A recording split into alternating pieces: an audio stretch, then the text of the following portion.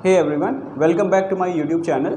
सो previous video में हमने समझा कि कैसे डिफरेंट टाइप की केमिकल रिएक्शंस में डिफरेंट कैरेक्टरिस्टिक शो होते हैं। दैट इज़ कोई भी केमिकल रिएक्शन जब कंप्लीट होती है तो वो क्या कैरेक्टरिस्टिक शो करती है और हमें कैसे पता चलता है कि वो एक पर्टिकुलर रिएक्शन कंप्लीट हुई है।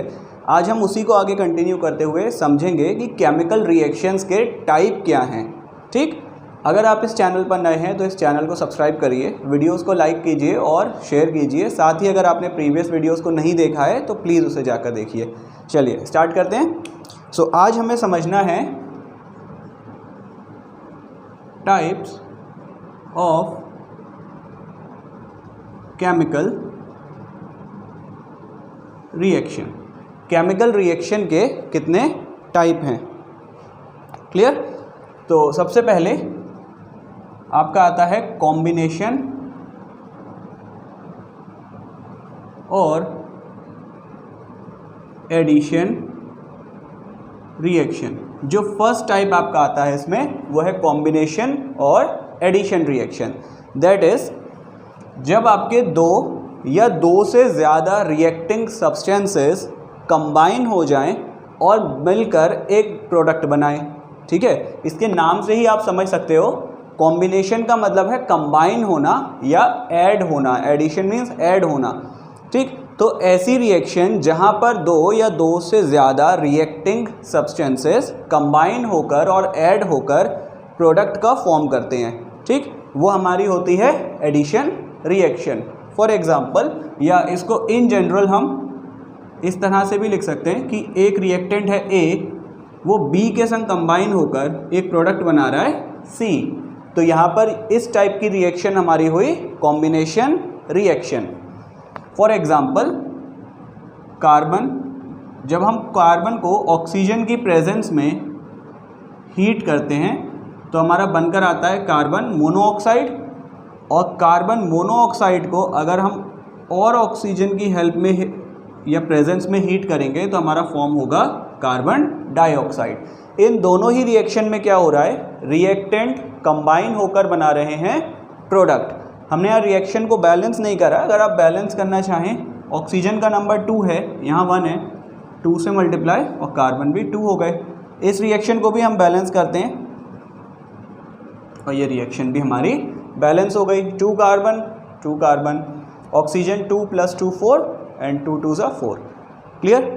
तो एडिशन रिएक्शन में आपके दो या दो से ज़्यादा रिएक्टिंग सब्सटेंसेस रिएक्ट करके एक फाइनल प्रोडक्ट को फॉर्म करते हैं। क्लियर हुआ पोर्शन? फॉर एग्जांपल, एक और एग्जांपल हम लेते हैं।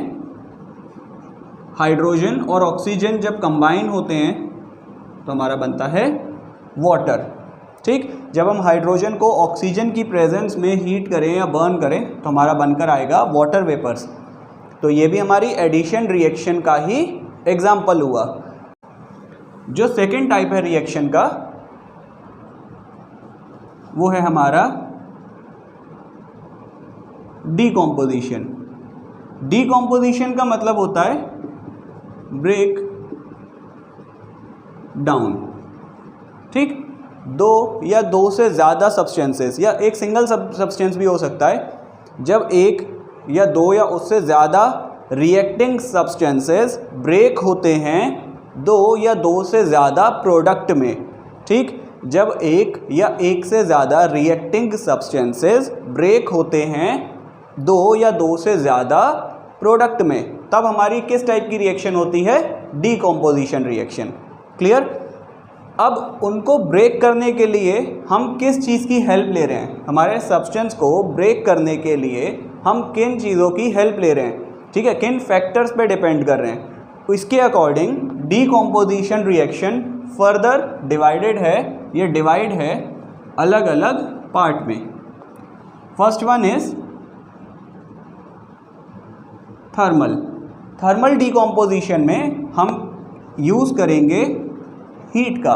दैट इज़ हमारा जो रिएक्टिंग सब्सटेंस होगा उसको हम ब्रेक करेंगे हीट की हेल्प से, जिससे वो प्रोडक्ट बनाए। ठीक है, for example, when calcium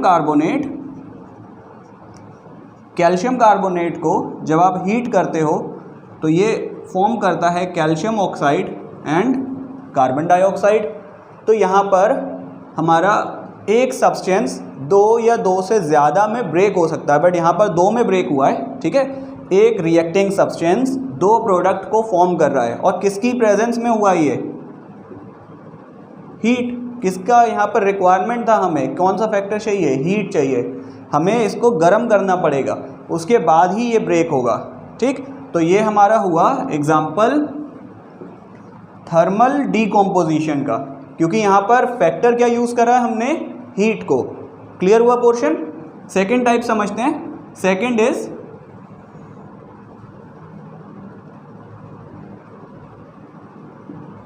electrical, ठीक। तो अगर हम ये हमारे रिएक्टिंग सब्सटेंस को ब्रेक करते हैं बाय यूजिंग इलेक्ट्रिकल डिस्चार्ज और इलेक्ट्रिसिटी, ठीक है। जब हमारा रिएक्टिंग सब्सटेंस ब्रेक होता है इलेक्ट्रिकल डिस्चार्ज और इलेक्ट्रिसिटी को यूज़ करके, तब हम उस टाइप के डीकॉम्पोजिशन को पढ़ेंगे इलेक्ट्रिकल डीकॉम्पोजिशन, ठीक। Electrical decomposition. For example water को अब इलेक्ट्रिसिटी की प्रेजेंस में H2 और O2 में ब्रेक होता है, ठीक।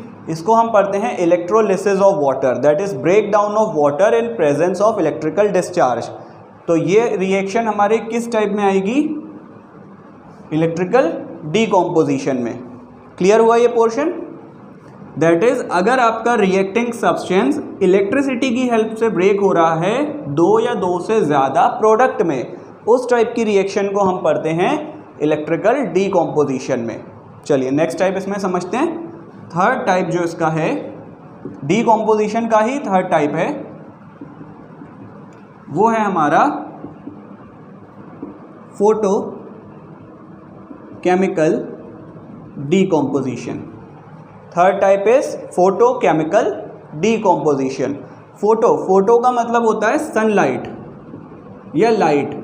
फोटो मीन्स लाइट और सनलाइट। जब हमारा रिएक्टिंग सब्सटेंस ब्रेक होता है सनलाइट की प्रेजेंस में, जब हमारा रिएक्टिंग सब्सटेंस ब्रेक होगा सनलाइट की प्रेजेंस में और प्रोडक्ट को फॉर्म करेगा, उस टाइप की रिएक्शन को हम पढ़ेंगे फोटोकेमिकल डीकॉम्पोजिशन में। For example silver chloride.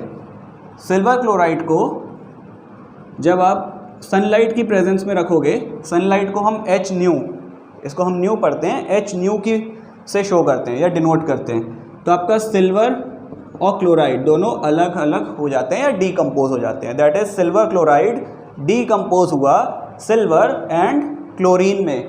इसीलिए हमेशा सिल्वर क्लोराइड को ब्राउन कलर की बॉटल्स में भर के रखा जाता है, ठीक है। ये इंपॉर्टेंट पॉइंट है, एग्जाम्स में क्लास 9th ICSE में कई बार कई स्कूल्स में पूछा जाता है कि सिल्वर क्लोराइड को ब्राउन कलर की बॉटल में ही फिल करके क्यों रखते हैं? बिकॉज ट्रांसपेरेंट बॉटल में रखने से अगर वो सनलाइट के कांटेक्ट में आता है तो वो ब्रेक हो जाएगा सिल्वर एंड क्लोरीन में। क्लियर हुआ पॉइंट? थर्ड टाइप की जो आपकी रिएक्शन है वो है सिंपल डिस्प्लेसमेंट, ठीक। जो थर्ड टाइप की आपकी रिएक्शन है वो है simple displacement. Now simple displacement से क्या मतलब है? फर्स्ट ऑफ ऑल डिस्प्लेसमेंट से क्या मतलब है? डिस्प्लेसमेंट का मतलब होता है रिमूव या डिस्प्लेस करना, किसी सब्सटेंस को उसकी जगह से हटाना, ठीक है, या उस सब्सटेंस के जो कॉन्स्टिट्यूएंट एलिमेंट हैं उनमें से किसी एक को उसकी जगह से हटाना, ठीक। डिस्प्लेसमेंट का मतलब होता है किसी चीज़ को उसकी जगह से हटा देना, तो यहाँ पर भी हमें वही करना है। और सिंपल का मतलब यहाँ सिर्फ एक ही एलिमेंट दूसरे को डिस्प्लेस करेगा, ठीक। फॉर एग्जांपल सपोज आपके पास एक रिएक्टिंग सब्सटेंस है A और दूसरा रिएक्टिंग सब्सटेंस है Y Z, ठीक। एक रिएक्टिंग सब्सटेंस है A, सेकेंड रिएक्टिंग सब्सटेंस है YZ। अब यहाँ पर रिएक्शन हुई और A ने Y को डिस्प्लेस कर दिया, A ने Y को डिस्प्लेस कर दिया और खुद किसके संग कंबाइन हो गया? Z के संग, ठीक। तो प्रोडक्ट बनाया AZ प्लस वाई। क्लियर? जब हमारा एक रिएक्टिंग सब्सटेंस था A for example, second reacting substance था वाई जेड, ए ने वाई को रिप्लेस करा, ठीक है, या डिस्प्लेस करा, और खुद ए के संग ए और जेड कंबाइन हो गए, और क्या आपका रिलीज़ हो गया? वाई रिलीज़ हो गया। तो इस टाइप की रिएक्शन को हम पढ़ते हैं सिंपल डिस्प्लेसमेंट, जहां आपका एक रिएक्टिंग सब्सटेंस दूसरे रिएक्टिंग सब्सटेंस में को रिप्लेस करता है। ठीक है, एक रिएक्टिंग सब्सटेंस दूसरे रिएक्टिंग सब्सटेंस के किसी एक एलिमेंट को रिप्लेस करता है, ठीक, और प्रोडक्ट फॉर्म करता है, तब हम इसे पढ़ते हैं सिंपल डिस्प्लेसमेंट। फॉर एग्जांपल, अगर आप आयरन लो और आयरन को हाइड्रोक्लोरिक एसिड में प्लेस कर दो, ठीक, हमने एक बीकर में या एक कंटेनर में हाइड्रोक्लोरिक एसिड लिया HCl, इसमें एक आयरन नेल हमने रख दी। आयरन नेल मतलब एक लोहे की कील हमने इसमें रख दी। तो यहाँ पर आप देखोगे कि कुछ गैस बनने लगेगी, ठीक है, कुछ वेपर टाइप का या कुछ गैस फॉर्म में आपको रिलीज होता हुआ दिखेगा, ठीक। तो रिएक्शन में हुआ क्या? आयरन ने हाइड्रोजन को रिप्लेस कर दिया और खुद किसके संग कंबाइन हुआ? Cl के संग। अभी Cl के संग कौन बैठा था? हाइड्रोजन। बट आयरन आया, उसने हाइड्रोजन को हटाया और खुद Cl के संग जाकर बैठ गया और प्रोडक्ट बनाया आयरन क्लोराइड या फेरस क्लोराइड, और हाइड्रोजन गैस रिलीज़ हो गई, और यही हाइड्रोजन गैस आपको यहाँ मिलेगी, ठीक है। तो यहाँ पर रिएक्शन में आयरन ने हाइड्रोजन को रिप्लेस करा, दैट इज़ एक एलिमेंट ने दूसरे रिएक्टिंग सब्सटेंस के किसी एक एक एलिमेंट को या एक एटम को रिप्लेस कर कर खुद कंबाइन हो गया उसके संग, ठीक, और प्रोडक्ट का फॉर्म कर दिया। तो इस टाइप की रिएक्शन हमारी होती है सिंपल डिस्प्लेसमेंट। इतना पोर्शन क्लियर हुआ? अब बात ये आती है कि क्या सारे एलिमेंट ऐसा कर सकते हैं? तो आंसर है नहीं, ठीक। ऐसा क्यों? देखो, आप इमेजिन करो कि आप एक चेयर पे बैठे हो, ठीक। अब जो आपसे ज़्यादा पावरफुल है वो आपको चेयर से उठा सकता है और खुद जाकर चेयर पे बैठ सकता है, लेकिन जो आपसे वीक हैं, जो आपसे कमज़ोर हैं, क्या वो ऐसा कर सकते हैं? नहीं कर सकते, ठीक। तो दैट इज़ जो एलिमेंट रिप्लेस करने आ रहा है इसको, वो इससे ज़्यादा स्ट्रॉन्ग होना चाहिए ना। अगर इसको आपको यहाँ से हटाना है तो इससे ज़्यादा पावरफुल एलिमेंट चाहिए हमें, ठीक है, या ऐसा सब्सटेंस होना चाहिए जो और ज़्यादा रिएक्टिव हो, इससे ज़्यादा पावर रखता हो, जिसको आप हटाने जा रहे हो, ठीक। फॉर एग्जांपल, इसी रिएक्शन में हम आयरन की जगह अगर कॉपर लेते तो ये रिएक्शन प्रोसीड नहीं करती, ठीक है, तब ये रिएक्शन प्रोसीड नहीं करती। उसका रीज़न क्या है? कॉपर की रिएक्टिविटी क्लोरीन से होती है कम, ठीक है, कॉपर की रिएक्टिविटी क्लोरीन से होती है कम, इसीलिए आपका कॉपर हाइड्रोजन से होती है कम, हमने क्लोरीन बोल दिया। कॉपर की रिएक्टिविटी आपकी हाइड्रोजन से कम होती है, इसलिए वो हाइड्रोजन को रिप्लेस नहीं कर सकता, ठीक। एक और एग्जांपल में समझते हैं। सिल्वर ले लें हम यहाँ, ठीक है, हमने यहाँ पर लिया सिल्वर और एसिड लिया हमने H2SO4, that is hydrogen sulphate या सल्फ्यूरिक एसिड। सिल्वर की रिएक्टिविटी हाइड्रोजन से कम है, तो क्या सिल्वर हाइड्रोजन को रिप्लेस कर पाएगा? नहीं कर पाएगा, ठीक। तो ये रिएक्शन भी प्रोसीड नहीं होगी। रिएक्शन वहीं प्रोसीड होगी जहाँ पर हमारा सब्सटेंस जिसको हम रिमूव करने जा रहे हैं उससे ज़्यादा रिएक्टिव हमें लेना है, ठीक है। जिसको हम रिमूव करने जा रहे हैं उसके प्लेस से या डिस्प्लेस करने जा रहे हैं उससे ज़्यादा रिएक्टिंग सब्सटेंस की रिक्वायरमेंट है हमें, ठीक। एक और रिएक्शन से समझते हैं।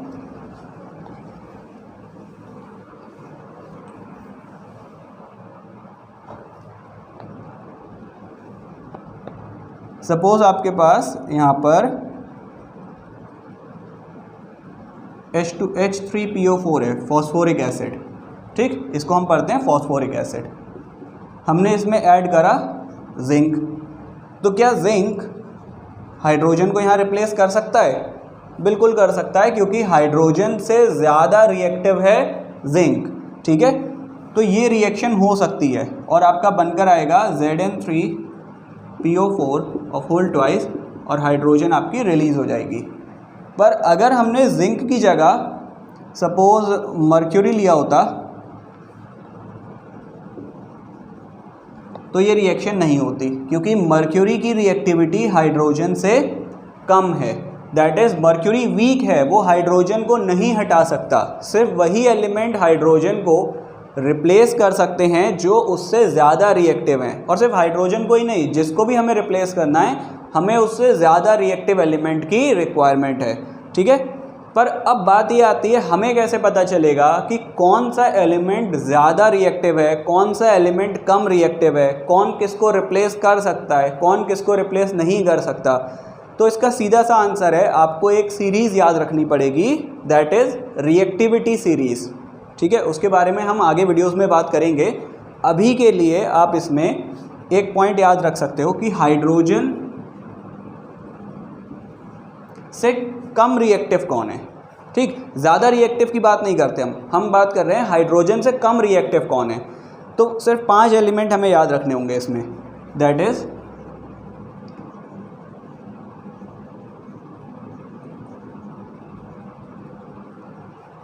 Copper, mercury, silver, platinum, gold. ये 5 एलिमेंट ऐसे हैं जो हाइड्रोजन से कम रिएक्टिव हैं। ये 5 एलिमेंट आपके ऐसे हैं जो हाइड्रोजन से कम रिएक्टिव हैं, इसलिए ये हाइड्रोजन को रिप्लेस नहीं कर सकते। ठीक, यहाँ पर आप देखो रिएक्शन में मर्क्यूरी हाइड्रोजन से कम रिएक्टिव है, इसलिए ये रिएक्शन नहीं हुई। ठीक, इससे पहले हमने कॉपर का भी एक एग्जांपल लिया था, कॉपर भी हाइड्रोजन से कम रिएक्टिव है, तो कॉपर भी हाइड्रोजन को रिप्लेस नहीं कर पाएगा, इसलिए वहाँ पर वो रिएक्शन भी नहीं हो पाएगी। क्लियर हो गया पॉइंट। तो अभी के लिए आप इसमें बस ये 5 एलिमेंट को ध्यान रखो कि कौन रिप्लेस कर सकता है और कौन रिप्लेस नहीं कर सकता हाइड्रोजन को। तो ये 5 एलिमेंट ऐसे हैं जो हाइड्रोजन को रिप्लेस नहीं कर सकते नॉर्मल सॉल्यूशन में। क्लियर हो गई बात। चलिए आगे बढ़ते हैं। तो ये था हमारा सिंपल डिस्प्लेसमेंट, जहाँ पर एक एलिमेंट दूसरे को डिस्प्लेस कर रहा था और प्रोडक्ट को फॉर्म कर रहा था। अब हम पढ़ते हैं फोर्थ टाइप का, दैट इज जो नेक्स्ट टाइप है हमारा केमिकल रिएक्शन में, वो है double decomposition. No, double decomposition, इसको हम डबल डिस्प्लेसमेंट भी कह सकते हैं। ठीक, इसको हम डबल डिस्प्लेसमेंट भी पढ़ सकते हैं। डिस्प्लेसमेंट का अभी हमने मतलब पढ़ा कि एक एलिमेंट दूसरे को डिस्प्लेस करेगा उसकी पोजीशन से। डबल का मतलब यहाँ दोनों एक दूसरे को डिस्प्लेस करेंगे। ठीक है, फॉर एग्जांपल आपके पास एक रिएक्टेंट है AB, एक रिएक्टेंट है XY, रिएक्शन हुई, A ने X को रिप्लेस करा। ठीक, A ने X को रिप्लेस करा और जाकर किसके संग कंबाइन हुआ, Y के संग, और फॉर्म करा AY। अब X क्योंकि यहाँ से रिलीज हो गया है, और जब A Y के पास चला गया तो B तो फ्री हो गया ना, तो अब X किसके संग जाकर कंबाइन हो जाएगा, X कंबाइन होगा जाकर B के संग और फॉर्म करेगा XB। ठीक, दैट इज एक्सचेंज हो गया। ठीक है, एलिमेंट्स का यहाँ पर एक्सचेंज हुआ, A चला गया Y के पास और X चला गया B के पास, दैट इज A ने रिप्लेस करा X को। ठीक, A ने रिप्लेस करा X को और Y के संग कंबाइन हुआ। जब X यहाँ से रिलीज हुआ वो जाकर B के संग कंबाइन हो गया, दैट इज दोनों ने अपने आयंस को या जो कॉन्स्टिट्यूएंट मॉलिक्यूल्स में एटम्स थे उनको एक्सचेंज कर लिया। ठीक, इस टाइप की रिएक्शन को हम पढ़ते हैं डबल डिस्प्लेसमेंट, क्योंकि दोनों ही एक दूसरे को डिस्प्लेस कर रहे हैं। ठीक, एग्जाम्पल लेते हैं इसका। इसके एग्जाम्पल में हम न्यूट्रलाइजेशन रिएक्शन पढ़ सकते हैं। न्यूट्रलाइजेशन रिएक्शन, न्यूट्रलाइजेशन का मतलब है जब भी आप एसिड में बेस ऐड करते हो। ठीक, जब भी आप एसिड में बेस ऐड करते हो तब आपका सॉल्ट और वाटर फॉर्म होता है हमेशा, ठीक। एसिड और बेस रिएक्ट करके सॉल्ट एंड वाटर बनाते हैं और इसी रिएक्शन को पढ़ते हैं हम न्यूट्रलाइजेशन। तो इसको हम डबल डिस्प्लेसमेंट में भी पढ़ते हैं। कैसे? फॉर एक एग्जांपल में, एक एसिड हमने लिया HCl हाइड्रोक्लोरिक एसिड, एक बेस हमने लिया NaOH सोडियम हाइड्रो ऑक्साइड, ठीक। अब यहाँ पर होगा क्या, Na जो है ये H को रिप्लेस कर देगा, ठीक। Na की रिएक्टिविटी H से ज़्यादा है। अभी हमने पढ़ा कि H से कम रिएक्टिव कौन है, तो हमारे पास थे Cu Hg Ag Pt और Au दैट इज़ गोल्ड। तो उसमें कहीं भी सोडियम की तो बात ही नहीं आई, दैट इज़ सोडियम H से ज़्यादा रिएक्टिव है। तो सोडियम क्या करेगा, H को रिप्लेस कर देगा। जब H को रिप्लेस करेगा तो किसके संग कंबाइन होगा रिएक्शन में, क्लोरीन के संग, और फॉर्म करेगा NaCl, ठीक। अब बिकॉज H यहाँ से रिलीज़ हुआ है और यहाँ पर OH जो है वो फ्री हो गया, क्योंकि Na तो चला गया ना, तो OH फ्री हो गया, तो H जाकर किसके संग कंबाइन कर लेगा, OH के संग, और क्या फॉर्म करेगा, H2O। हम H2O को HOH भी लिख सकते हैं, एक ही चीज़ है वो दोनों, ठीक। इसको H2O को हम लिख सकते हैं HOH। क्लियर हो गया? तो यहाँ पर आपका क्या हुआ, एसिड की रिएक्शन जब बेस के साथ हुई फॉर्म हुआ सॉल्ट और वाटर, ठीक। इतना पोर्शन क्लियर है? तो ये हमारा आएगा डबल डिस्प्लेसमेंट में। एक रिएक्शन और लेते हैं डबल डिस्प्लेसमेंट की, जिससे आपको पूरा पॉइंट क्लियर हो जाए।